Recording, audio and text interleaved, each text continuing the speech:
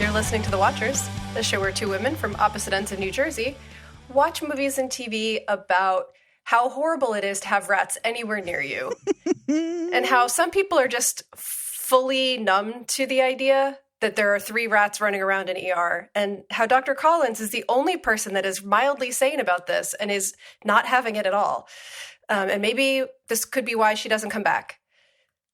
She said no more rats. No more rats. Yep. I'm Jodie. And I'm Andrea. And we're going to kind of do a little primer on season 1 of The Pitt, because it's coming back in 4 days from when we're recording this. How lucky we are to have a show that is claiming that it wants to be yearly. It's not even a year since the last... It's like a day off of a year. Yeah. So thank God for that. Rats in the ER is the first time where I've been with you. I wouldn't love a rat in the ER. They could chew through things and they do carry disease, and I understand all of that. My biggest fear, though, a few actually of my biggest fears show up in this show. First and foremost, bug in the ear. Yeah, that was a bad one. Yeah. So how do we want to introduce our listeners to what's happening here? Because I'm going to bet there are some listeners who are hanging out with us to see what we think about this first season, to decide if they're going to watch season 2. There are some people here for a recap because they watched it. You really think there's people who watch season 1 who aren't sure if they want to watch season 2? No, there are people who are hanging out with us to hear what we have to say about this first season, to see if they're going to jump on for The Pitt. Then there are also people who watch season 1 who are looking for a little refresher before they jump into season 2. Because I was going to say, no, who are these mythical people who watch season 1 and are not dying to just check in with Dr. Robbie again? Well, we've got a lot to do. But first and foremost, if you haven't watched this show, go watch this show. Spend the next 15 hours in front of your television and come back to us. It's unless you have a ton of serious medical, not even trauma, because I bet it's cathartic for some people to watch this, these very capable people. But if you're someone who is has a phobia where it's hard, if you have trouble walking into a hospital, this isn't the show for you probably. But anybody else, you just should be watching this show. It's unbelievable.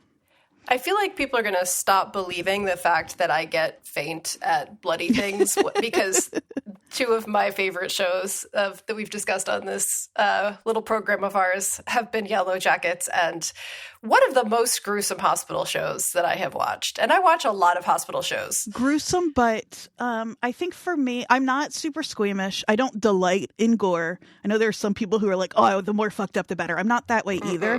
But because it's so literally clinical and doesn't feel sensationalized. I did okay. I mean, I did not, but yeah. Did you watch a lot of this through your fingers? I just looked away a lot. Okay.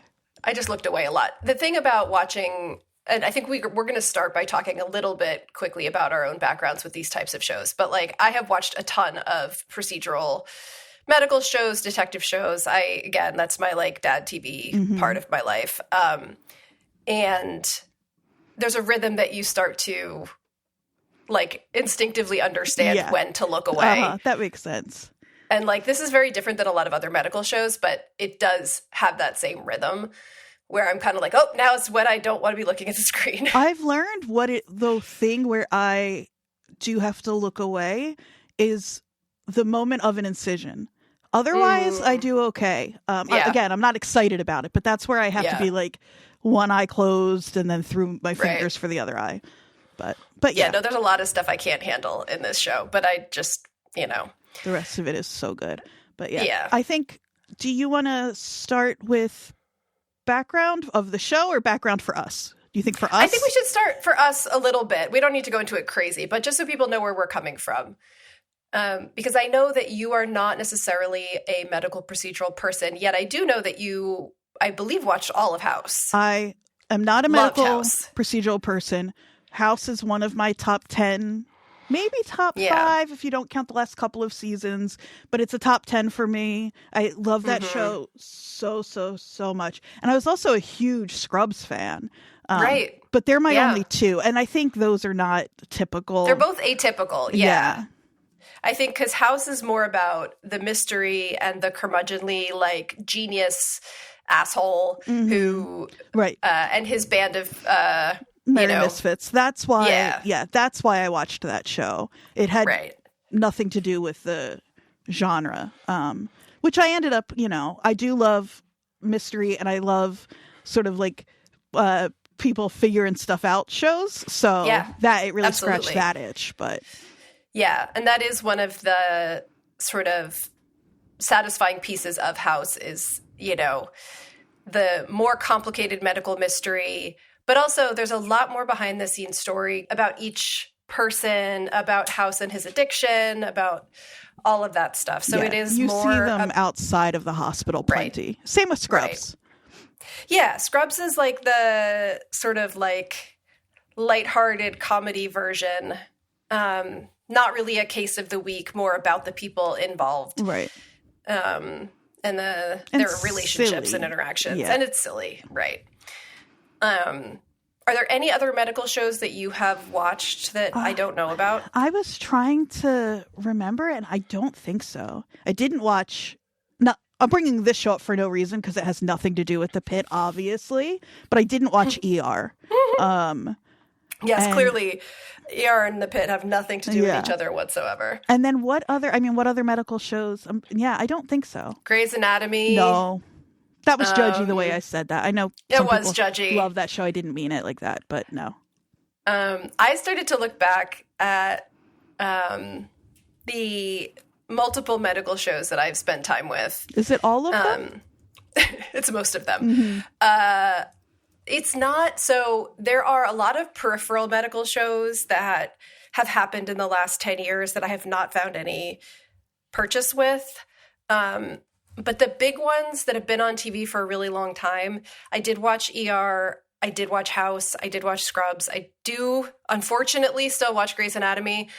It is a commitment I made that I cannot. Yes, it is a sunk cost fallacy. I'm praying for them to end it for me, like, sooner than later. I can't take it, but I can't stop because I've put in, at this point, 20 years. Grey's Anatomy's been on since 2005. It's painful at this point, and the amount of things they've put those people through. It's like a soap opera at that point. You run out of stuff to do. So I kind of don't blame them if that show has not stayed like the strongest. That's a long time. No. Oh my God. The number of like vehicles that have crashed and fallen out of the sky. And oh my God. This is one of the cool things about the Pitt is like, if this show is on for 20 years, God willing, and the creek don't rise, like it's only 20 days. Yeah. Right. They'll have to de-age them. Yeah. I also watched Doogie Howser when I was a kid. Whoa. Of course I watched Doogie Howser. I wondered if Doogie was going to be a part of this conversation. I watched Doogie Howser. Yeah. Because, when you're younger, you're just like, oh, this kid's way smarter than everyone else. Yeah, That's exactly. Great. Yeah. That could be me. Yeah, exactly. My parents watched MASH, so that was on in the house when I was growing up. Oh, yeah. My public loved sort of MASH. I didn't think about that as but yeah, I guess that counts. It's a medical show. Mm-hmm. It's set in war, but it's, Yeah. And then the current one that's still on that I pop in on is Chicago Med. And I say pop in on just out of embarrassment because it's not a good show. Okay. Is it related to Chicago Hope? No. Oh. It's related to Chicago Fire and Chicago PD. Okay. Yes. The whole, I think it's the Dick Wolf universe. Okay. I think that's his name. Mm-hmm. It's not good, but it is so I was trying to think about why I have these genre shows that I watch constantly behind the scenes that we don't really talk about, medical shows, like British crime mysteries. Mm-hmm. And it's the same reason. It's like hyper competent people solving things, fixing things, making that things part better. I like. I could get into them for that, I think. Yeah. I will say the only redeeming part of Chicago Med is that Oliver Platt, our love from The Bear, plays a psychiatrist, a world-weary psychiatrist on that show. I would love He's a regular for him cast to member. Be my world-weary psychiatrist. Yeah. What a dream. Again, though, that show is so sensationalistic and so Grey's Anatomy light, where it's like, I think at some point Oliver Platt's character was dating a woman who was a housekeeping staff member at the hospital who was maybe connected to the Russian mob. It was like a weird little, like, what are we doing here kind of moment. But yeah. But all that to say, you have a sort of specific history with certain types of these shows. I have a sort of embarrassingly long history with a lot of these shows. I love it. I think, but both of us kind of, I think, fell for this show because of how it's not like a lot of that other stuff. But knowing your history is why I held off on this one a little bit, because what I thought, I think we talked about this a little bit the other week, but I really thought it was like a good version of one of those, which it sort of is. I mean, it is. It is, but it's like, but it's more. Yeah. It's so much more than that. And I just didn't think I needed a good version of one of those. But again, this is so beyond. Yeah. I just think I know I say this all the time. I know. Is the Pitt the best show? I don't know. It's the best of its kind of show, I think. Yeah. Like, it is a specific. Absolutely. And it's a kind of show that, so you and I were texting the other day because you had finished it and you were like, now I need something else to watch that has that same, like, vibe. And there isn't much else. Like, it has the potato chippy, like, new case, new thing happening, the, like, catering to ADHD folks where, like, there's a novel thing happening around every corner and, like, you're constantly just, popping from here to there. And it also has, like, the warmth of the really caring, competent people working there. It's like a nice combination of those things. And the fact that, and it has that, like you said, popping from here to there. And we'll get into the format. That's the thing that I think is what allows this show to do everything it does so well is because of this format. Because you do get that it moves really fast. There's always something new going on. But you get to spend so much uninterrupted time with your main cast that you really get to know them over these 15 hours, this one day. Which wasn't guaranteed. I remember I was listening back to some of the podcasts that I listen to regularly from when the show first came out, and there was a lot of concern about how they were, in the first couple of episodes, before you really fall into the rhythm of it, relying on some information dumping and, like, people wondering, how are we going to actually get to know these people if we never leave the hospital with them, if it's only over 15 hours? And it turns out you can, but that was never a foregone conclusion. It's so smart. It's because most of the characters have known each other, or at least a handful have known each other for a very long time and have a sort of shorthand with each other and can reference things. But then you also have this handful of newcomers who are getting brought up to speed, and they're in an environment where you have to get brought up to speed really quickly. So the info dumping that way feels pretty natural. Because it's the first day. Yeah. And you have to know how this department works and who you're working with really quickly when everything is so high stakes. Yeah. And we'll talk more about, I think, why each of us connected with it beyond the fact that it's just a well done show. But I think that beyond the satisfaction of competent people doing things well with care, I think that, as we have probably brought up in relationship to various other shows we've talked about, both of us have had enough contact with systems or the medical world or whatever to have sort of an understanding of how important it is when there are people in those systems that actually still give a shit and haven't been beaten down by it. Exactly. And, like, that is a bit of wish fulfillment. The idea that everyone in an emergency department where you go to with your loved one in a moment of crisis is going to be doing their absolute best. And it might not be everything that you need because the systems are broken, but they're going to do everything they possibly can. And behind the scenes, they're still, like, caring about you and thinking about you as a human being and not like a body coming through the door. Right. So should we talk a little bit about the background of the show? I think so. Definitely not ER. Not ER, obviously. It's not a sequel to ER, naturally. Totally different names, different city. Can't be the same thing. Can't be the same thing. Don't sue us, Michael Crichton's widow. But it is the same people that were heavily involved in the creation of ER. What a crazy random happenstance, Exactly. The sort of log line for the show is 15 hours in an ER with a group of doctors and nurses and interns who, it's, 4 to 5 years post-COVID. Their lives have been changed by that event, and they are doing their very best with an understaffed and overburdened emergency room. I think that pretty much covers it. You crushed it, yep. Thank you so much. So the people involved are R. Scott Gemmell and John Wells and Noah Wiley, of course, as Dr. Robbie. Those three previously worked together on another medical show. Interestingly, for a very long time. So ER went off the air in 2009, and all of them kind of swore off doing anything procedural medical related because they had basically done what they thought was the best version of it and for so long. And 254 episodes. Yeah. A million episodes. Mm-hmm.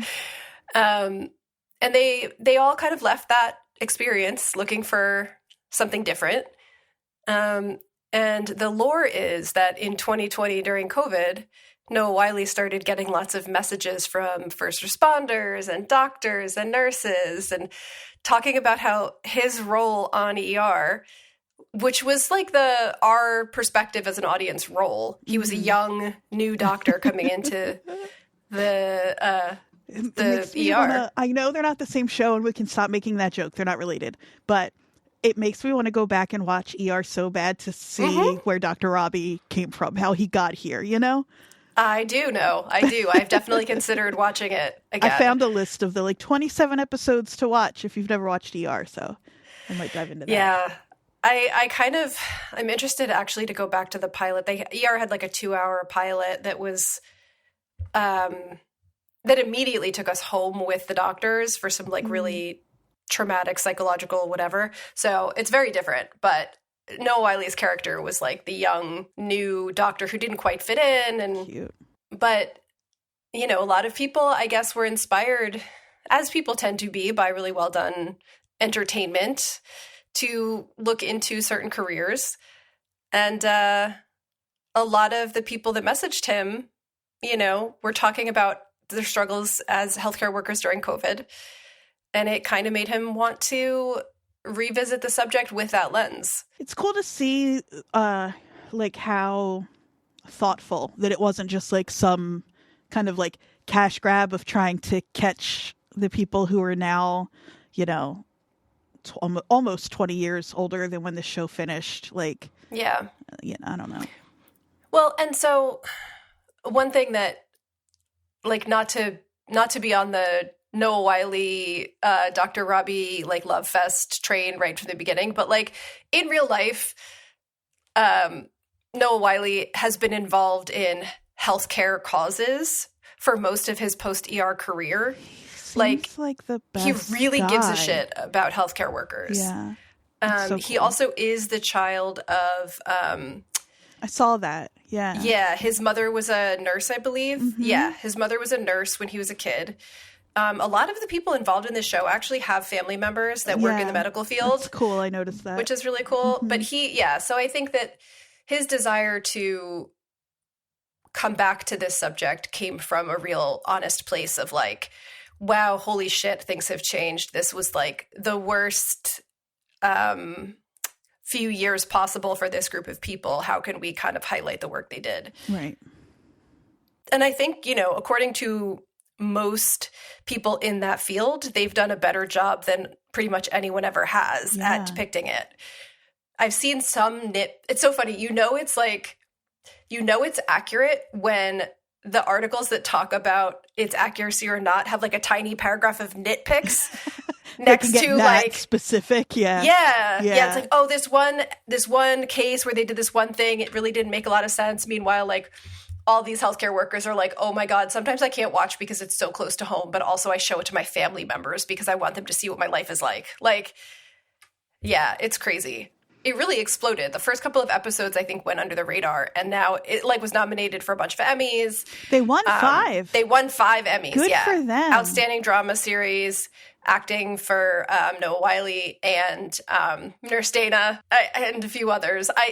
Nurse Dana. Man, I love a world-weary, hyper-competent, like holding everything together nurse character so much. My favorite thing about her is that she's kind of mean to the patients and never mean to the like doctors and people on the floor, but she's stern with everybody when she needs to be.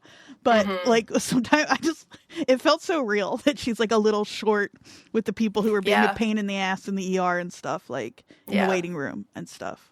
I want to talk a little bit, if you'll indulge me, in like the production details, because I think it's so interesting. Yeah, I'll indulge you on our... Well, some of it is like, you know, the cameras and colors and all of that stuff, which I love. But I hadn't really thought, because this is such a like long-term repeated genre of television, I hadn't thought about the logistics of filming this kind of thing on a set. Right.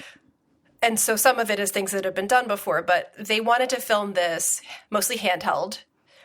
And they therefore, and it is consecutive, it's chronological. And so that also presents a bunch of challenges in filming. And it's, what I got really into was reading about how they constructed the set and how it was like, it's 20,000 square feet, I believe. And it's this huge set built by about 125 people. It's a 25 bed, like full ER.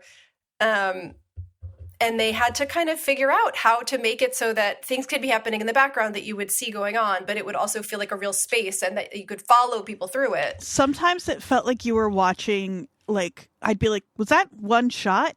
Like, and then I'd scroll back and it's not, but it's scrub back and it's not. But because everything moves so well and feels so real, it does kind of feel that way. Yeah. It's cool. It's a show that films in LA, which is less and less the case. So I know that's good for LA. It's good for the film industry. I know that they did do like exteriors in Pittsburgh. That's the other thing. It's set in Pittsburgh. A couple of little things about that. That's all kind of folds in, and then I'll throw it back to you. I like that they didn't try to make all these people do the Pittsburgh accent, because in the way that the Philly accent is difficult, Pittsburgh is too. Oh yeah. And it makes sense. Plenty of doctors don't work where they grew up. So I like many. Yeah, exactly. So I like that. One of the things, so as you know, I don't make it a point to listen to podcasts about the shows we're covering. I especially can't listen to The Watch because we are so aligned with them that I think I would just end up spitting back their opinions. So I stay away from that. But I did see they had their that. log line could be 2 men from the Philadelphia area watch television about exactly. Yeah. But I did have to listen to their interview with Noah, which is so lovely. I love him. But the thing that I thought was so cool is talking about how they filmed the 2 rooftop conversations back to back. They filmed Robbie talking Abbott down off the ledge, then waited for it to get dark and filmed Abbott talking. And I just love that bookend, and that they didn't have because they shot that so early in the production, they didn't have most of the script done at that point. So when Abbott says at the end, like, hell of a speech, they didn't have that speech written. They didn't know what it was. So then they had to like work toward making sure that was like really. So I just loved hearing about all of that. Well, and I think that goes to the specifics of shooting this type of show, but even more specifically this exact show, because they had the arc storyboarded out. They had like the various cases that they wanted to highlight, different causes or issues or moments kind of laid out.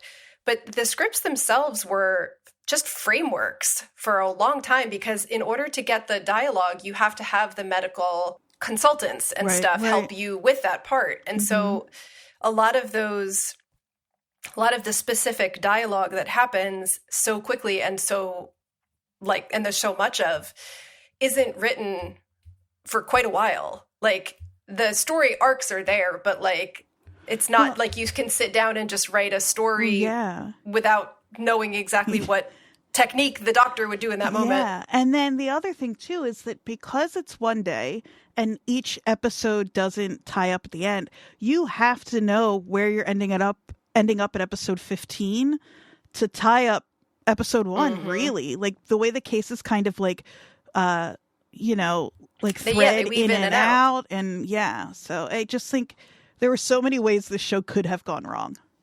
And it's also why they had to shoot so much of it in sequence, like unlike the book ending being shot the same day. A lot of this was shot in order because, again, you literally end one episode and you go directly into the next one. And there would be so much, like so many continuity nightmares if you didn't shoot this in order that you would have to deal with.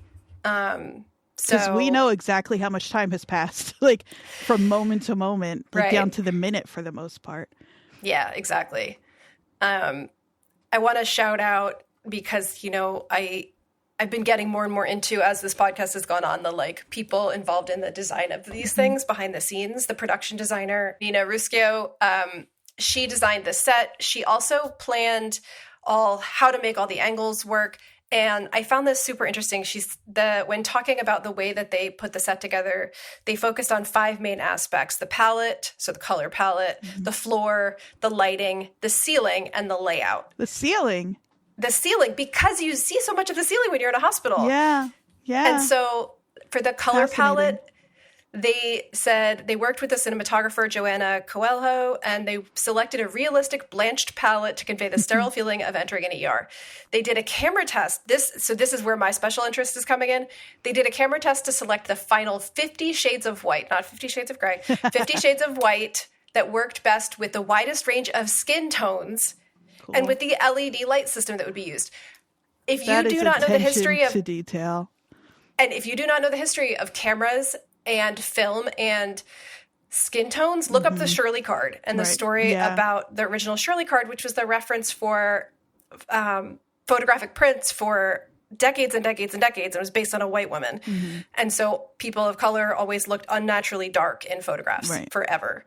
And so the fact that there's that much attention to detail really, especially in a medical show, because people who have interacted with the hospital system a lot know that, like, women of color are often overrepresented in this field in terms of the population. They kind of, and not to generalize, but like there was a real effort in this show to point that out. Like the woman who plays Santos, who I'm sure we'll talk about, is Filipino and advocated to change, to have it more acknowledged that a number of the characters in that ER are Filipino, and you know, one of them is they're speaking to each other in Tagalog, and at one point, like, Santos catches it and says something back, and it's so I think it's important that in a field that is one of the more diverse fields that you can go into, there is that special attention paid to the way it's filmed. I thought that was great. They also incorporated gray, yellow, and black occasionally, which are Pittsburgh colors. Yeah, no Pittsburgh logos. I wonder now that the Pittsburgh teams know how well the show is doing, I wouldn't be surprised if we see one or two. If there's some deal between the Pitt and one of those teams. The Steelers. Just one or two. Somebody from the Penguins pops in with like a head injury after a fight. That would be great. Like you were saying before, like most of this is shot in LA on sound stages, but they do shoot, the exterior is Allegheny General Hospital in Pittsburgh. And I thought that this was really interesting. So when they come out at the very end of episode 15, they're kind of coming out of a basement, it looks like. Like the ER is on the lower level. Yeah, yep. And they, the production designer purposely incorporated like big marble columns on the set to metaphorically like get across the idea that the ER is like holding up the hospital, that there's like a weight to it. Yeah, I love that. I was like, hell yeah. I want to talk about Sidney Crosby so bad because of Heated Rivalry, and I'm not going to, but I just want, that's who should show up at the ER. Anyway. Oh my God. A heated rivalry and the Pitt crossover? I'm here for it. I'm here for it. I literally, like, there was some... This is such a distraction. There was some TikTok creator that was like, had just watched Heated Rivalry and was going to to foster 2 dogs that were named Shane and Ilya. And the caption of her TikTok was like, season 2 of Heated Rivalry is coming sooner than expected. And I was like, wait, what? I got so excited, and then I realized it was a joke because she was fostering 2 dogs named Shane and Ilya, and I got really sad. If I weren't so obsessed with the Pit and that being all I want to talk about right now, I probably would have asked us to do one Heated Rivalry episode. I know. Give it a shot is all I will say. Just what a lovely show. Oh my God. Don't watch it with your parents unless your parents are really cool. I just don't watch it with your parents, period. Yeah. No one needs that trauma. Good God. But what a lovely show. Anyway. Yeah. So, did you read about the sound in this show? No. This is what I wanted to ask you about. So this is one of the things, too, is because I just binged this, everybody. I didn't have as much time. And like I told you off mic, I got really obsessed with tracing who is in and out. So I didn't get to do as much production reading as I'd like to. I would love for you to let me tell you about it, because I think you'll be into it. Of course. So before they even started writing the script, they were talking about the sound of an ER and how a lot of shows use music cues to tell you how to feel, right? Grey's Anatomy famously does this. There's like, they use current pop songs sometimes to really like trigger a feeling in people when they're watching. And they didn't Scrubs was big on that. Yeah. And they didn't want to do that at all with this show. They wanted more of a documentary style. And so they used almost no music. Yeah. Like, there is the music when Robbie's walking in, but in the show itself, there is literally almost no music used whatsoever, which is, it's like leveling up the difficulty, because then the background sound design has to be so good that you're not aware that it is doing something different. And I have to say, I wasn't aware until I started reading about it. It really just felt like what it should be. But they basically like recorded all this like dialogue and background conversations and machinery sounds. And apparently they recorded the discussions of real life ER nurses and gave them to the extras to repeat, basically. So it's like real dialogue from an ER. There is like occasional very, very, very subtle musical motifs that happen. But for the most part, you're hearing real sounds of an ER or that would be in an ER. And they're playing with the sound design at times to mimic what Dr. Robbie is hearing. And when his hearing goes in and out, that's also super interesting to me. What I did notice is and it's another one of those things that made me feel like, oh, was that just a one shot? Like, because there'll be moments where you'll catch part of a conversation as people are walking by, or the machines will get, louder as we get closer, as we move. And it's yeah, I did notice how thoughtful and careful all that was, but it's really cool to hear how intentional and making sure it's the conversations in the background were realistic. And yeah, that's cool. It also, not using really heavy-handed music cues does allow things like that to happen more organically, where you're kind of moving through a scene and the sound is coming in and out. They talked about how, like, as humans, and we talked about this with our brains last week, how humans tend to filter sound in and out when they're like, noticing certain things, blocking out other things mentally, and how they kind of played with that idea specifically when you're following Dr. Robbie around, like what is kind of breaking through the noise and what isn't. It's like honestly fascinating. And he's so skilled in such a well-oiled machine of his own that that's how he would be moving through, is he knows sort of what areas he needs to catch, at least to have an idea of what's going on, and who he can trust to just kind of move past, and doing all of that while moving and focusing on whatever is actually in front of him. That's very cool. Yeah, it's part of doing a job like that, where you have to constantly be mentally filtering things in and out and paying attention to just what's the most important. Yeah, I thought that you'd be into the idea of recording real conversations with ER nurses and giving them to the idea of I am not I've done a little bit of video editing, not a ton. You obviously do sound for like your real life job.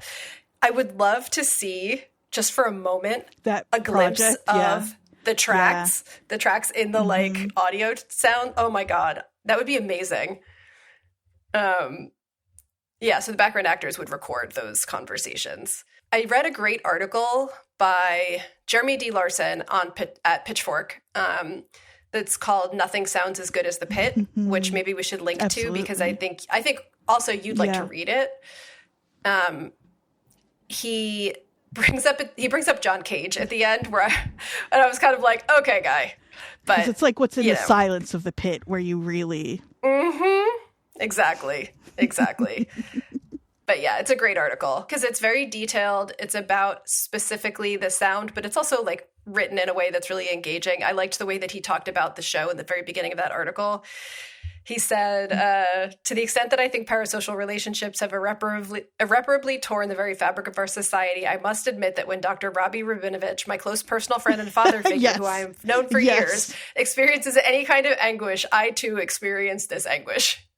Yes. I know. I've known these people for 15 hours. I knew these people for probably an hour and a half before I was fully in love with. I knew Dr. Robbie for 30 seconds before I was fully in love. I knew the rest of them an hour and a half. I knew Santos 12 hours before I decided that she could stay. I will say she had two moments of heroism that to me made her much more tolerable. Yeah, but the first one, it depends.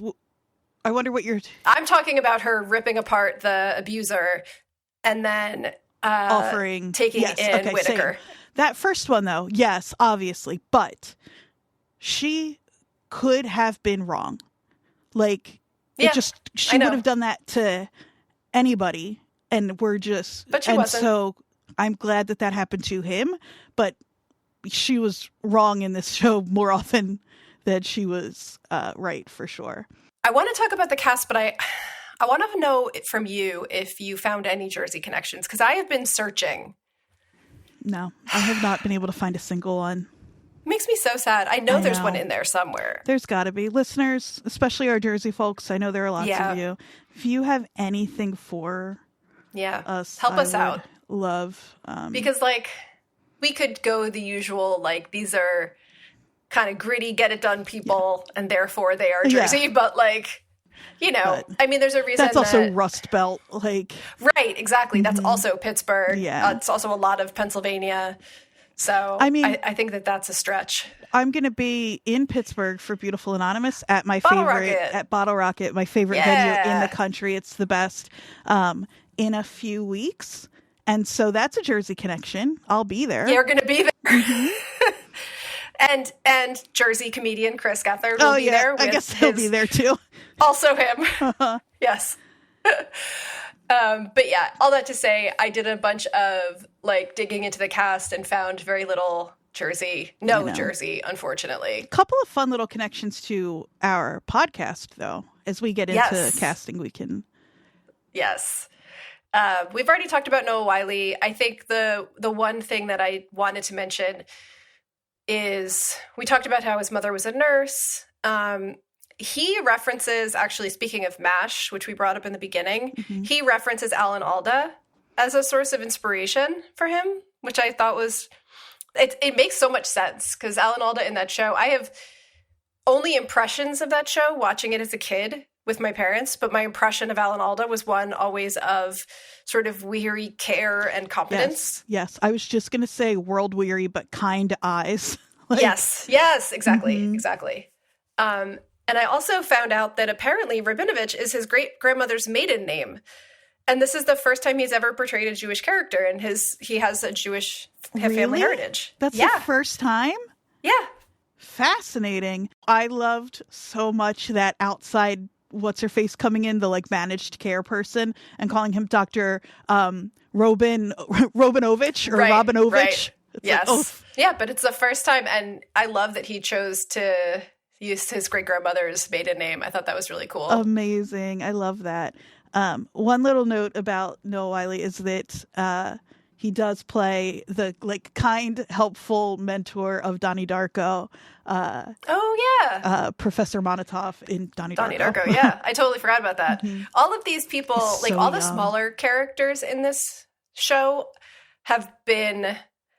This is what I love about a show like this is like when you look at the list of the cast, so many of them have had 1 or 2 guest starring episodes on some other procedural show, and they've been working and like doing the work and, you know, popping in here and there. And this is now they're getting a chance to like be a series regular. So many people. I got a little obsessed with Supriya Ganesh. I got a little obsessed. I'm obsessed with Taylor Dearden already. Beautiful. Yes. I didn't know Taylor Dearden at all. In fact, I was like, where did she come from? And then I learned she's one of the 2 Nepo babies in the show, but she's so good. She's fantastic. She played a character named Ophelia in the MTV show Sweet Vicious, which apparently she was very good in. I never watched it. But she is Bryan Cranston's daughter. Yeah. So that's one little connection to our show, because we've covered... Have we covered stuff with him? Why do I feel like we have? Maybe Bryan we Cranston? haven't. Well, we talked about... his episode of The X-Files. Right, but we also did... we just talked about Pluribus, and I think that's where we're connecting because of Vince Gilligan. Yeah. Okay, and you're Breaking right. Bad. So in a way, it's connected. Yeah. Nurse Dana, in real life, Catherine Lanasa, she's the daughter of a surgeon. I saw that. Supriya Ganesh went to medical school and scored in the 99th percentile on the MCATs. She was an MCAT tutor while they were starting to film. And she went to Columbia, right? Yeah. She's the one for neuroscience and women and gender studies. Yeah. I'm obsessed. I know. I am too. She's also queer, which makes it even better. I didn't know that. She uses she, they pronouns. Oh, I didn't see that. That's cool. Yeah, there's a great article with her about all of this. But apparently there's the episode where she drills a hole into this patient's skull with like an EZIO. It was apparently based on a real case. And the doctor that performed that move reached out to her in real life. That's amazing. Because, they say when they do it that like it was a case that she read, and I guess it really actually was. Yep. That's so cool. And the doctor like reached out to her after the show aired. Yeah, so I'm now even more obsessed with slow-mo. Slow-mo, no-mo. That's one of the things that I really like, too, about this is anytime they did something that seemed like that would never happen in real life, they'd always be like, here's this the case where this happened. This is what we would do. Like when Dr. Abbott shows up, like this would happen out on the field. I'm like, that's cool that they justify those moves. Absolutely. I am a little sad that Dr. Collins is not coming back. There's a lot of sort of speculation about why she left early in the season. Basically, Dr. Robbie told her to go home after he found out she had a miscarriage, and she never comes back. We kept expecting her, at least I did, to come back before the end of the season. Well, he told her to turn off the phone and the TV, and then she's gonna wake up tomorrow to a very different Pittsburgh. It's not funny, but she slept through a mass shooting. I know. So there's a lot of like questions, like was it a personality thing? Blah blah blah. Who knows? But unfortunately, I liked that character as a foil for Robbie. And they were setting it up because we knew that they had a past together. And I think that's what made people question like why she wasn't coming back, because there clearly was an intention for that to be a storyline possibly going forward. Though they do, it's knowing, I didn't know that she wasn't coming back until I finished it up. And they do really like, they plant some seeds, but then the last conversation the two of them have does kind of wrap up. They have that forgiveness moment in the back of the ambulance. And it's like, knowing that now, I'm like, okay, they did their best to kind of tidy that up. And I do think that for the upcoming season, which we don't know too much about, there have been some trailers, but we do know that there's a new main cast member who is another female doctor that will be quote unquote taking over for Dr. Robbie while he goes on his sabbatical, and they're going to have an overlap day. And so I think the day of season 2 covers July 4th.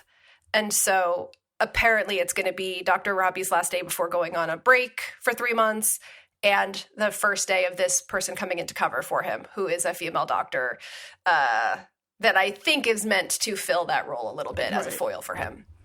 Cool. One of our other connections to our podcast is Fiona Dr. Dourif. Bangs. That's right. Dr. Bangs! That was so exciting. I know. I love her.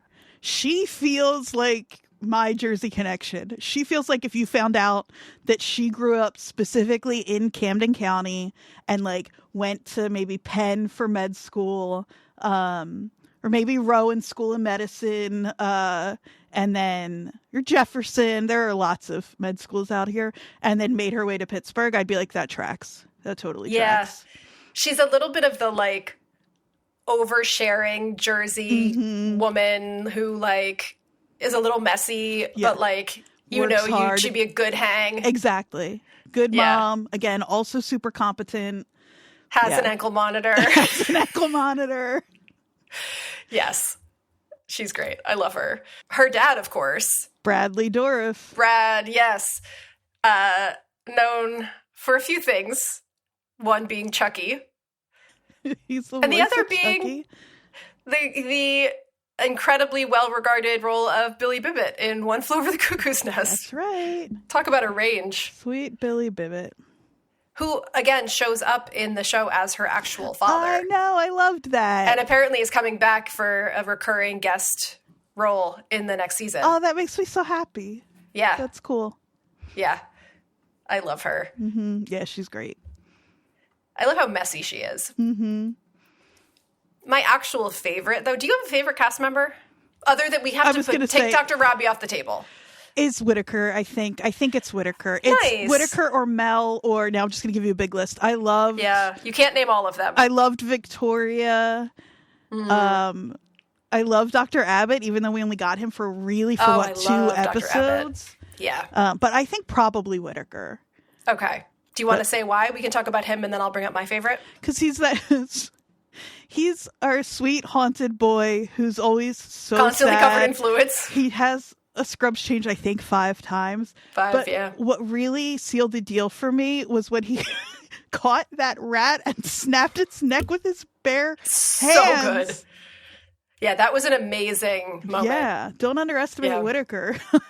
Don't underestimate a farm boy. Yeah, that's exactly right. From Nebraska. And then when you see him hanging out in the that he's like camped out in the hospital in an empty room, living in but he's settled in. He's like, it reminded me of like Kevin in Home Alone, where he's like singing in the bathroom. Like, it just reminded me of a dark version of From the Mixed Up Files of Mrs. Basley Frankenweiler. Yeah, absolutely. Also that.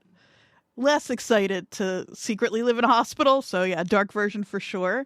But if we ever do a spin-off book podcast, I feel like that has to be our inaugural episode. Don't. I know. I don't have time. Don't even. But if we did. I certainly don't have time, but boy, would I love to. I love that character. I love the fact that he comes off in the beginning as so green and maybe not going to kind of cut it in the world that he's just been thrown into, and then ends up being the person who finds Dr. Robbie when he's having his breakdown. Yeah. And he handles it well.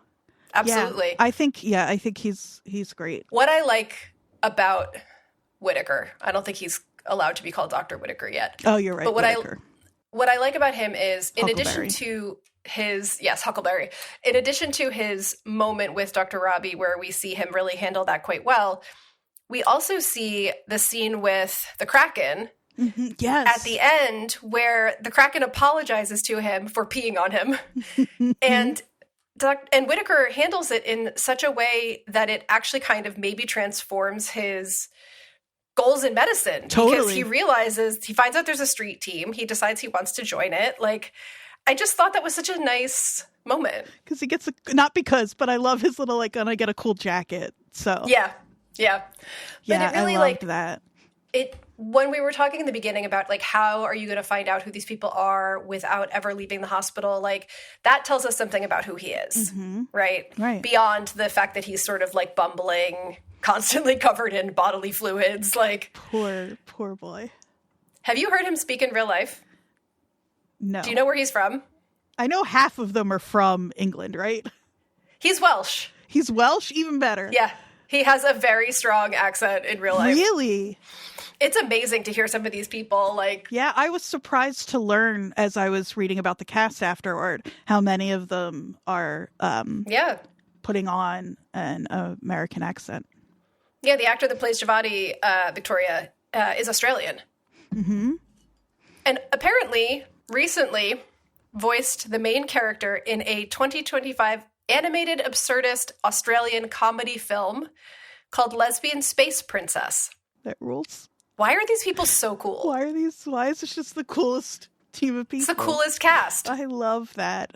Okay, now I would like to briefly talk about my favorite character, which of course is Mel. She's the perfect mix of nerdiness, confidence, like not confidence, competence. Competence, yeah. Competence and like quirky, like neurodivergent, in a self-aware way. Yes. The fact that she is someone who struggles with certain things, with like the craziness.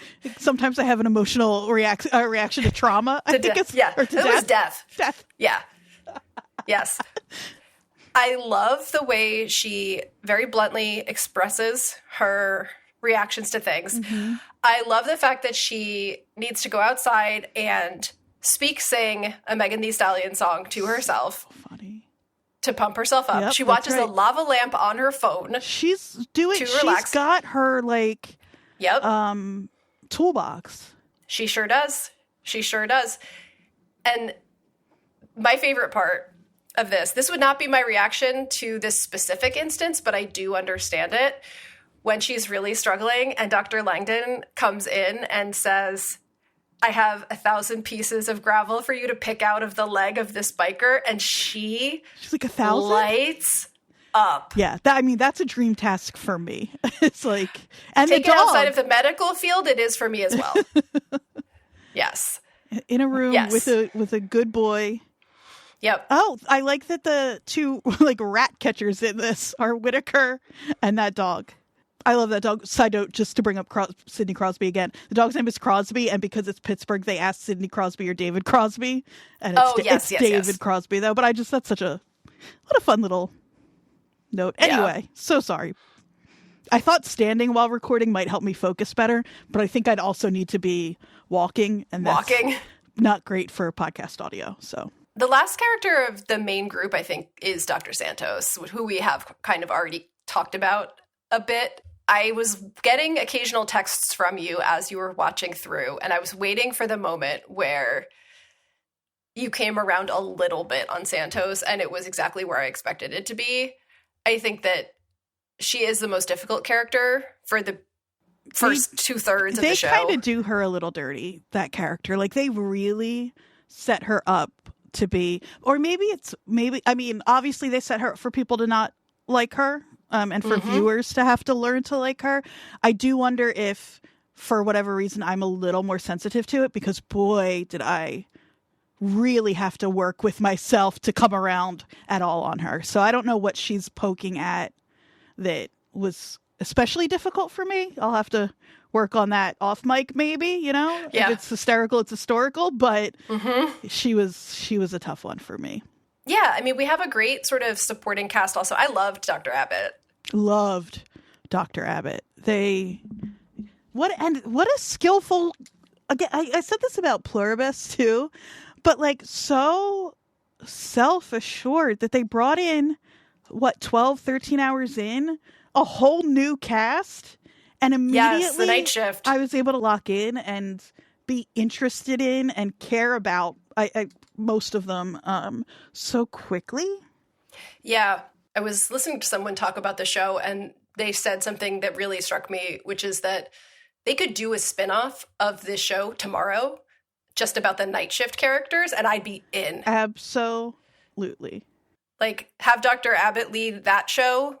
He can be the Dr. Robbie, different vibe, but same dedication, and bring in that night shift cast. I want to see what they do. I would absolutely watch that. I have 2 super quick notes about the other cast members that we didn't mention. Yeah.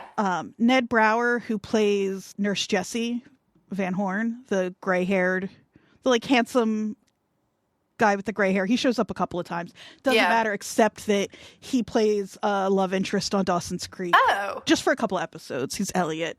He's You might not remember him this doesn't really narrow it down for the 90s, but he had real swoopy blonde hair. They all had swoopy hair. What are you talking about? Yeah.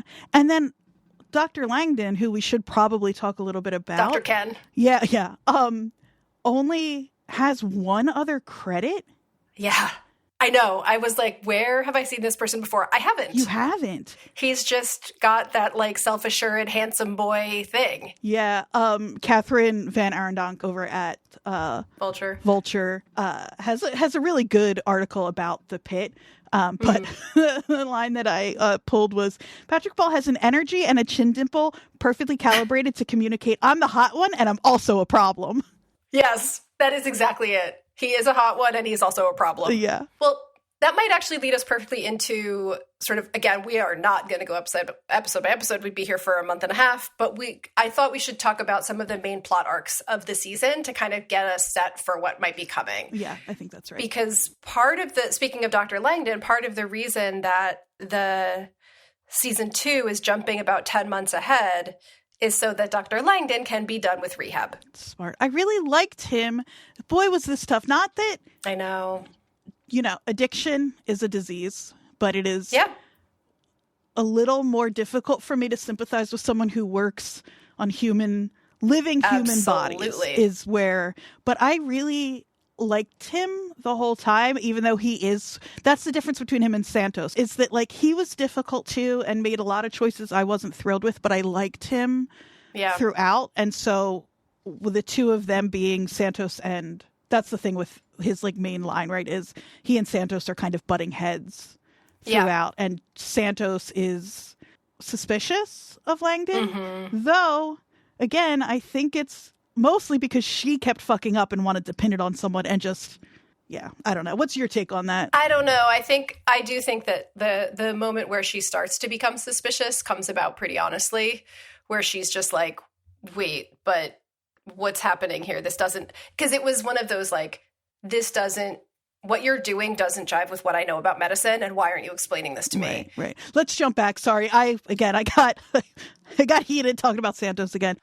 One of the main arcs of this season is this Dr. Langdon being found out for stealing drugs from the hospital and being dismissed by Dr. Robbie abruptly, and then him coming back for the mass casualty incident. And so one of the reasons they're jumping ahead so far in time is because he will be back from rehab. And interestingly, in the way that you were talking about how the new interns are our introduction and a way to get some of that explaining done in the first episode, you can't do that again without it feeling repetitive, but someone coming back almost after a long later, absence, where you have to catch up, you have to find out what's new, what's different, like that is another way to like catch an audience up as well. Yeah, it's smart. So I thought that was smart.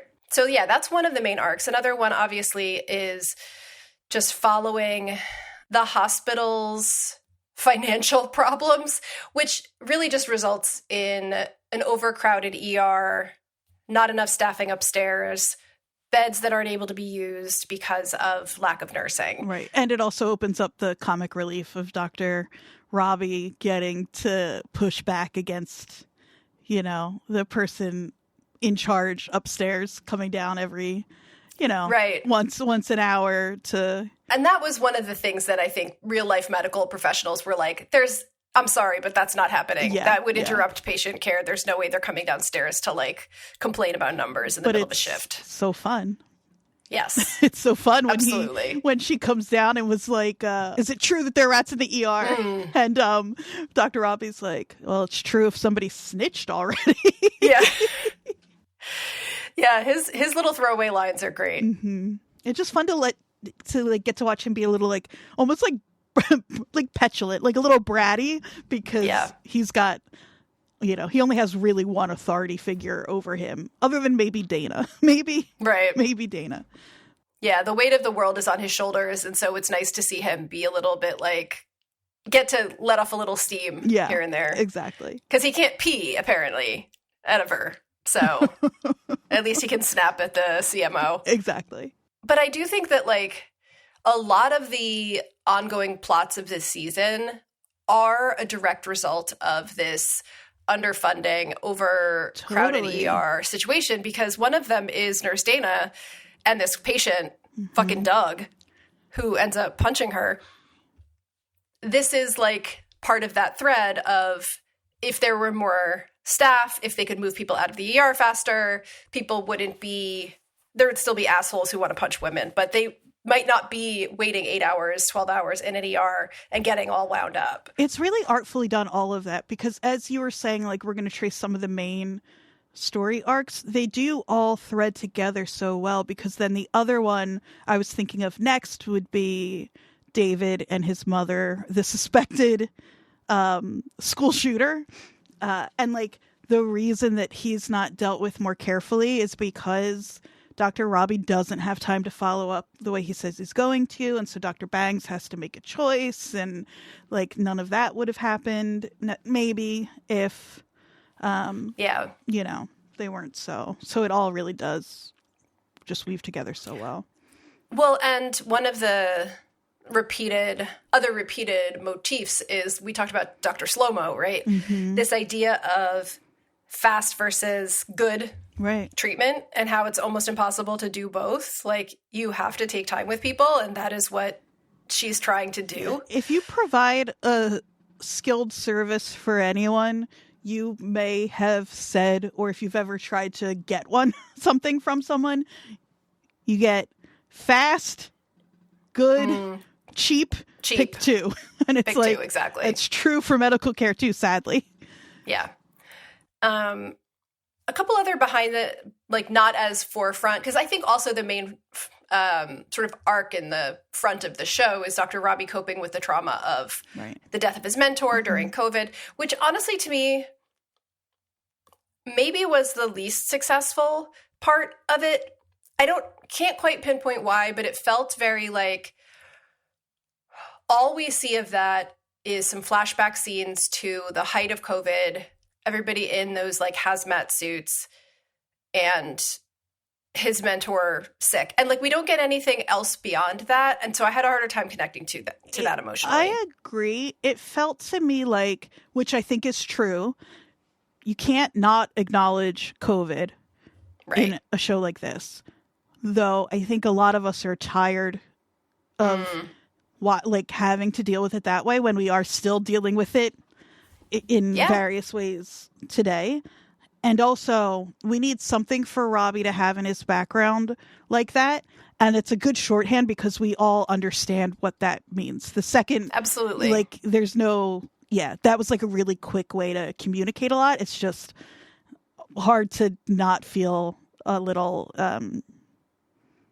like, not heavy-handed, really, because it's not what it is either. No, I think it was at times. I mean, I have nothing but love for this show, but nothing is perfect. And I think that one of the flaws of this show to me was that was such a sort of shorthand for Robbie's trauma without much exploration of the actual relationship that he's mourning. Right. Yeah. You know? In a show that is so careful about so much of that and does so much so well, that did stand out, I think. Yeah.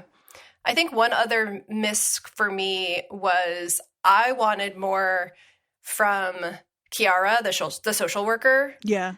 Because I really loved that they featured her as much as they did, because anyone who spent time in the system knows that the social workers are unsung heroes. Have I ever seen? I could be an idiot right now, but like, I don't think there's a social worker in Scrubs or House. Is there? I don't know. I doubt it. I'm glad she was there. I think my only miss is just that I needed more from her, whereas the doctors and interns are allowed to have flaws and be more complex. I felt like she was a bit of a stand-in for like the selflessness and heroism of social workers, which is great, but I want a little bit more for her. Yeah, she also felt like they'd often bring her in as a way to hand off patients for us. So to be like, okay, we're done with that. When they're going to be taken care of, we don't have to worry. Now we can move on. Which is, I mean, not far off of reality. Yeah. So yeah, but I hope that there's a bit more for Kiara to do beyond sort of save or tie up things for the doctors and like, you know, come in as the expert. I think it's great. I did see people who work in that field being like, wow, I've never actually seen this before, and that's incredible. But I would like even more for her. Yeah. While we're picking nits, one thing that I thought could have been a flaw, but I was oddly charmed by, and I don't know if it's just because the show is so good and it's like it points to its sort of roots in the kinds of shows that it's elevating. But anytime there would be something like, for example, when the surrogate mother comes in, who's she shares a classroom, or no, her best friend is the teacher next door. And she's giving birth to the two fathers, their baby. And when they walk in, they're like, who's the dad? Blah, blah, blah. And then he says like something like, I am, and her best friend. We're teachers who share a wall. It's like or whenever the exposition, like info dumping, or whenever they're like trying to remind us about some sort of social issue. For example, when the first are like 3 heavy patients who come in. When the first one comes in, they're like, is it possible you didn't treat her appropriately because of her size? And and these are all real issues too, like the woman who comes in with a sickle cell crisis. They're trying to point to all of these issues, and I'm glad that they are. And they're just difficult to do that artfully, and it's cool because they have the new people that they can kind of give that info to. But it's just a little silly, but I think because so much of it is so careful and so much of it feels real that I was just like, let them have this silly little like. Well, the same thing came up with the measles kid. Yes. And the anti-masker woman. Yeah. It happens a lot. Yes. But for sure. It just didn't bother me. I don't know. Yeah. Some of them felt like a very special episode. Exactly. Yeah. Yes.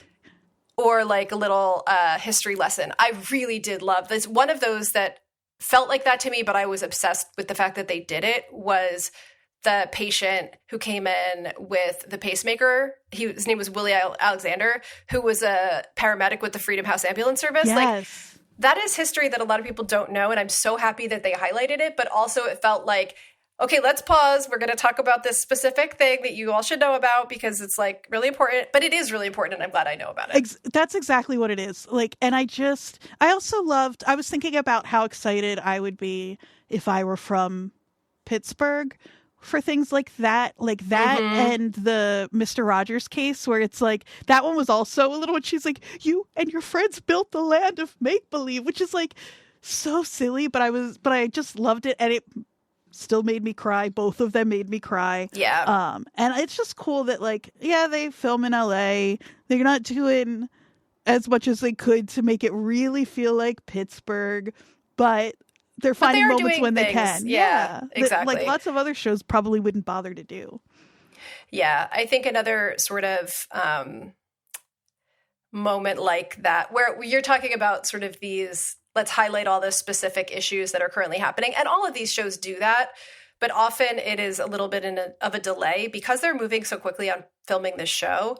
Some of these are really currently relevant. There is the girl who comes in for a medication abortion and with her aunt and not her mother, and that whole thing. And that's another moment where they're like pointing at something very real that's happening in the world, with a bit of a trying not to lecture, but also being like, hey, did you know this is a current problem in the United States of America? Yeah. Like, also that the like sex trafficking that is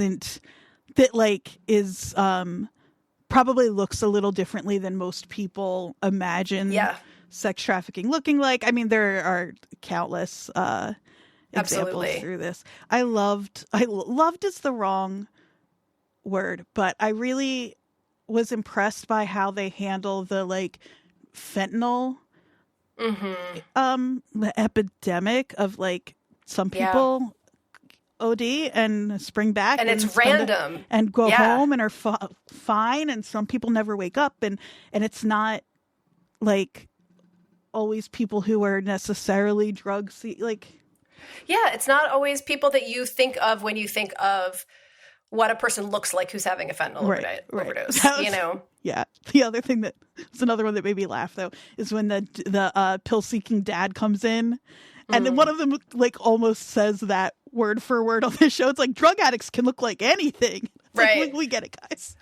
Yeah. No, they literally say that while they're talking to him. Yeah. So you mentioned how like the Mr. Rogers moment kind of got to you. I think one of the long-term cases that was the most difficult for me was the siblings. Because you mentioned the Mr. Rogers of it all, which I had, even someone who loved Mr. Rogers, had kind of forgotten about. To me, the most difficult part of that was watching the different experiences that they each had with their parent and how that influenced how they were able to either let go or not let go.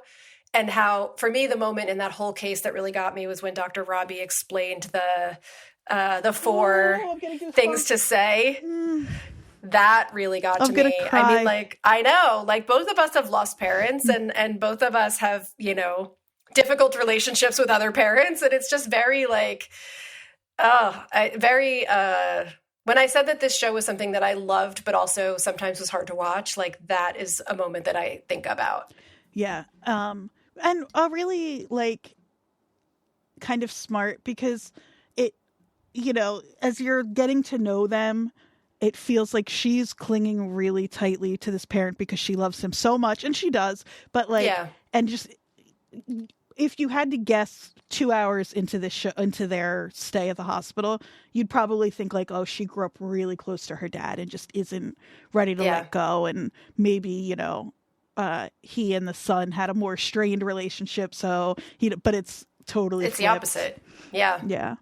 The last case that I thought I wanted to highlight anyway was a smaller one and not a big crisis one. But and maybe it's because I love Mel, but when Dr. King schools Dr. Landon on how to deal with someone with autism. Yeah. And I think that's why, to me, maybe Dr. Langdon was so likable in the beginning, was because you could see him respecting Dr. King and like being willing to like learn a little bit. Right. I think he's like one of the first ones to compliment her, and he notices her skill. And like, I am not diagnosed with autism, but if a doctor came in and was like, it's really bright in here, let's turn the lights down, let me talk to you slowly like a person. It just was so, it highlighted how each person, this is what I wanted to say before and I totally forgot. Each of our main characters has something of a superpower that the others don't have. Yes. Yeah, totally. Like the special sauce.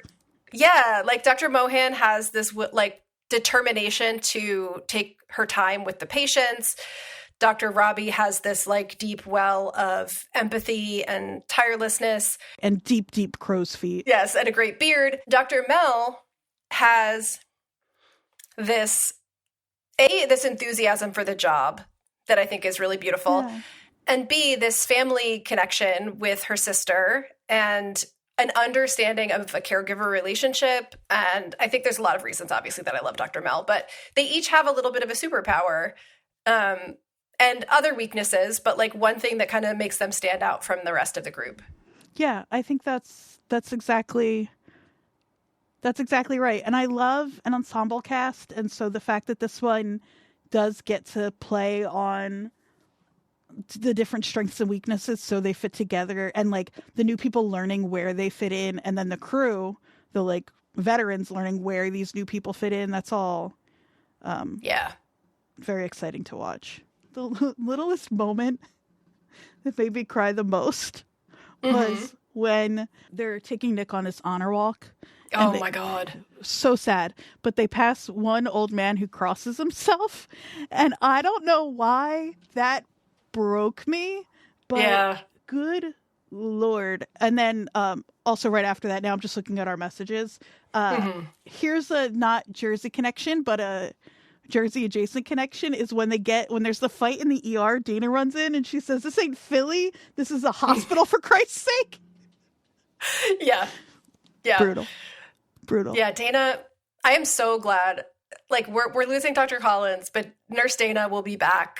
Thank God. Mm-hmm. Like, the fact that she almost quits, I'm actually glad that they included that bit of story, because I feel like there's a tendency to turn these people into, like, one-sided heroic, like, she can take anything and she's no nonsense and nothing, she'll always be this, like, she has no ceiling, right. Yeah, right? She's still a human. And everyone has a point. That's right. Where they break, and this was hers. And it also allowed them to talk about, like, the moment that I thought was very after-school special, but also very powerful, was when the administrator came down, or right before, and they were all talking about how they have been assaulted during the job. And, like, every single one of them had at least one experience with violence, like, from a patient. Mm-hmm. And it's like, I do think it's, even before COVID, but especially now, important to remember how not only are they dealing with first responders and medical professionals dealing with the emotional toll of, like, trying to save people's lives, but they're also, like, in a lot of cases, subject to abuse and violence in a way that, people not in that profession can't imagine. Right. That's exactly right. While I'm pointing at small details, one thing they got right about Pittsburgh, and I only noticed it once, and I don't remember who said it, and it's less Pittsburgh now because the internet is so weird and everybody's on TikTok, so now we're all starting to talk more alike. But one of them says, whenever I helped my parents move, not meaning any time I helped my parents move, but meaning that one individual time. Most of us would say, when I helped my parents move, and the person says, whenever I helped. And that is so Pittsburgh. It is like, that is from Pittsburgh. And now you hear it everywhere all the time. And I do think that's probably just, again, the weird melting of all of these regionalisms. But they managed to get a whenever, an atypical whenever. I won't say incorrect. As someone who says done work and, done dinner, I can't really give Pittsburgh. I mean, I say online when apparently no one else says that. Yeah. I've been trying to pinpoint where a podcast host is from because he has Jersey vibes, but not enough that I've been able to pin it down. And he did say last week he was online, and I was like, "Oh, North Jersey. Okay, got it. There you go. Got it. North Jersey." Yeah, absolutely. Well, are you familiar with the, like, guy on TikTok that's doing all this, like, linguist, like, guessing game, trying to figure out where people are from based on their language? Like, a child? Do you know he's like 17 or 18 years old? Yeah, he is amazing. And he's also from Jersey, I think. Yeah, you told me that. We've talked about him on the podcast. Yeah, he's from, like, South Jersey. Yeah. Yeah. He's fantastic. But I love the more shows that if they're going to choose to be set in a place that's not, like, a major city, the more they include little details like that, the more happy I am. Because as someone who loves those little unique idiosyncrasies about the place I'm from, like, I like to also learn them about other places. Yeah, and you don't have to do your worst version of a Pittsburgh accent to ground it in the area by including things like whenever. Whenever, yeah. So. Yeah. No, absolutely.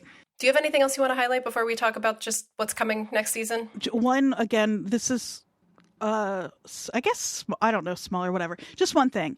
I loved that the last episode wasn't huge.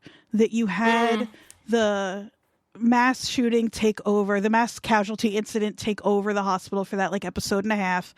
And then the last episode is really, like, feels like them coming down and tying up loose ends and getting to come back to, like, being people. And they have that moment in the park that's really sweet. And I loved that. I loved ending in the moment in the park for a number of reasons, but I think what you're saying about coming down, there is something about people who work in adrenaline-fueled professions where it can be really hard to let go. And you see that happen with Dr. Moen at the end. Right. Like, you're like, when is she going to crash? Because you know it's coming. But having a moment where, like, they're allowed to be people outside of an ER for a moment, sitting on the bench, like, having a beer, is a really nice way to end the season, I think, because we start with, obviously, again, the bookend idea, right? We start with Dr. Robbie walking in, listening to music. We end with him walking away, listening to music. And it definitely, like, it feels like a completed arc. Yeah. And also the craziest day of anybody's life when he laughs when he realizes that it's Victoria's first day, shift. yeah. But it's like, it's bookended because this, in a way, like, no day is routine, but every day is routine. Like, yeah. It starts, like, you know, you could open season 2 and end season 2 the same way pretty much, and it would feel real. Last thing for real is a shout out to they didn't say what his exact role was, but I think he's probably a production manager at Pitt Fest whose speakers fall on him. He's not just he's not just a sound guy, because he's like refusing to leave the work at Pitt Fest. He's still trying to work from his hospital bed. And so that's a producer that or a production manager, I think, that I really like. You know, hospital workers aren't the only heroes. You know what I mean? Sure, yes. Sound engineers. Yeah. Same Tour vibe. managers, production managers. They're also there. He was also having a busy day, really high stakes. Sure. Yep. And that was even before the shooting. So. Yeah. Remember that kid who turned blue? Now I just want to keep talking about the show, but we got to stop. No, I know. There's the list of cases that are not main cases that are just like the girl with the fork in her face at the end. Like, and the fact that just, okay, you know what I'm going to do? Next week, we're going to open with, I'm going to go through the spreadsheets I've made, and I'm just going to read you just the diagnoses. And we'll just fire off season 1 diagnoses to catch everybody up, and then we can move forward to season 2. I can't wait. And so next week will be season 2, episode 1 of The Pit. God. I know. I love having a weekly show, but I also love having a weekly show that, like, I'm emotionally invested in. I will say that I'm kind of enjoying having a weekly show that isn't a mystery show for a moment, because, like, I like when things we cover have connections to our human experiences as people, and we're able to kind of bring not like confess everything about our lives, but like bring our experiences into what we're covering. Like, I've never been a teen soccer player. I've never eaten people. So, you know, I love Yellow Jackets. I will always love it. But I think this is a nice sort of intermission, so to speak. And it'll be, I think, fun to talk. I'm interested to see how these conversations go the next few weeks, because they are just going to be inherently different. And they're not speculative. Yeah, me too. It's going to be cool. And it's soon. So it's so soon. I know. I'm so excited. It's going to be, like we said, on the 4th of July, which famously is one of maybe the craziest day in the ER. Because again, 15 hours is longer than a typical shift. And so there has to be some reason that people stay and that it's chaos. And I do think that, so we're being introduced to the day as Langdon's first day back after being away for 9 or 10 months. So that should be interesting. Really looking forward to it. And I hope our listeners stick around and watch this show. And if not, we'll see you in 15 weeks. And yeah, in the meantime, I say if you haven't watched Heated Rivalry, definitely watch it. It's only, 6 episodes? Yeah, it's short. It's beautiful. It's got an arc to it. It's sexy. It's funny. Yeah, exactly. There's a moment with a loon that I'm still laughing about. Maybe my biggest laugh of the year. Yeah, it's great. So good. It's great. So yeah. Where can they find us in the meantime? Oh, they can find us at WatchersPodNJ on Instagram. They can email us, WatchersPodNJ@gmail.com. I am at AQAndreaQ on Instagram. And I am Jodie_Mim on Instagram, JODIE_MIM.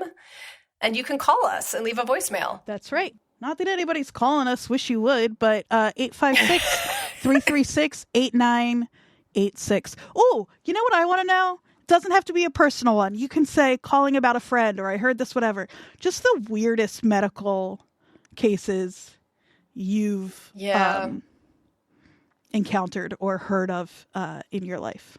And if it's a bug in someone's ear, No, describe it in great detail so that Andrea can get all of the information that she needs. Parasite in the brain, worm in the ear, two biggest fears, and they are related. Oh, actually, that's one thing I would like to hear from our listeners is what their biggest medical fear is. If they can even talk about it. I don't know if I could. This could be cathartic for some people. Come and confess your fears. Right. I love that. Let's hear from you. You could also leave that as a 5-star review on Apple Podcasts. Just 5 stars, bug in the ear. 5 stars, rusty nail lockjaw. Oh, yeah. I love that. That's another way to get it to us. We'll definitely read it. So until then, bang yourself in the head, get in the car, go to New Jersey.